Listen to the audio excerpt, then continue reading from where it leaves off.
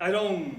In this video, we're going to talk about aspects of the attack focus. The attack focus tends to be the one that is the most kind of ignored, at least as we go through it in testings and stuff like that, just because first of all, it requires two people to actually do like the full set, right? It's kind of like the first in a set of three, right, of the attack focus, and then we have the reverse focus, and we have the blocking focus, all of which are good. But there are things I would like you to keep in mind as you go through them, because you could do them with a good intention, but it's actually not going to be helping you. The very first aspect I want you to think about is always aim for your partner. So don't aim for his or her sword, aim for the person's face if you're doing sound cut. Aim for the person's neck if you're doing dive cut, etc., right? Because it's not going to do you any favors if you, again, just hit the sword. It's not going to do your partner any favors, especially if they're doing the blocking portion against it. It's just not going to be helping anyone, right? So although you might intend, like, oh, I don't want to hurt the person, I'm going to hit their sword instead, it's actually going to breed really bad technique, and it's just not going to help anyone in the end. So the biggest thing is attack the actual person. Now what usually happens is, so as we do this, so we both do center cuts, at least if we're both doing the attack focus against each other. And what might happen is attack focus, attack focus, attack focus, reverse focus, attack, blocking, and then maybe switch, something along those lines. But the main idea is if we're both attacking, the idea allegedly is our swords kind of meet in the middle. So if we're here, we kind of hit and then fall through. Hit, fall through. And we're both using safety swords. Now, again, with center cuts, that's a little bit weird just because the angles don't really match up. You're kind of like doing this kind of thing, and you're hitting here and kind of like bang. Very strange. Versus diagonal cuts, you can kind of meet more like bang, bang. It sort of makes a little more sense, at least in terms of, again, not hitting the partner. But if we're both aiming for each other's face, we will actually meet in the middle because we're both aiming for, again, each other's face, right? So if we're here, bang, bang, and we start going for our diagonal cut, so I'm aiming for the neck, I'm not aiming for a sword.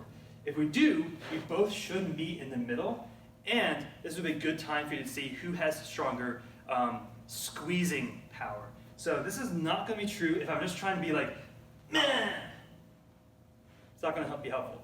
Versus if we both made contact, as we make contact, we squeeze on impact, we're going to see he has a stronger squeezing power. In Kendo it's called tenuchi, or tenuchi, right? But that's going to be the same idea. Bang! As we're here and we follow through, you can see who has stronger squeezing power. The other person, so if I'm here and I strike, if I'm stronger, I'm just going to follow straight through. If you're weaker, right, as we're here, I meet and your sword meets mine, and we're like, that way. Make sense? So this would be a really good time for you to practice on that squeezing power, which is actually going to be our second point. I kind of jumped the gun a little bit. That's going to be our second point in our squeezing power, right?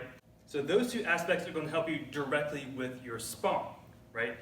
Because again, when you're sparring someone, you want to be hitting the person, right? And you also want to have stronger squeezing power, again, tenochi, right? But there's going to be another thing you can work on with the attack focus that doesn't happen as much in sparring, although it could, right? So this is just something that is kind of like an underutilized skill, and that's going to be our double shots, right? Now the footwork is going to be a little bit weird, but just getting the idea of doing 2 shots in a single round is pretty useful, right? It's also it's a lot more so if you're comparing Gumdo versus Kendo, Gumdo, the more Korean style, does emphasize more on the double shots as opposed to Kendo, which tends to be a one and done kind of thing. So if we're here, and so you could just do 1, 2, 3, 4. It's not helping, right? Versus if I'm trying to make contact with my partner, right? So I'm assuming also we're both of equal skill level, so I'm not going to accidentally like really hurt the person, especially if we're not using armor. Here, so instead of ban, ban, it should be ban, ban, and then ban, ban, ban, ban, right? So you want to have that double shot idea. I'm going to face you for the same idea, right? So again, I don't want to be just like meh, meh, meh, meh, right? Not helpful. Versus bun, bun, bun, bun, bun. Make sense? If you do double shots, that's going to help you actually make more contact. It's also going to keep you open for a little bit less time. So keep those in mind as you go through your attack focus, right? So again, always aim for your actual opponent. That's going to help you in sparring. Focus on your squeezing power, right? So again, this is a good drill for you to actually physically see how your opponent's sword is changed by your own power.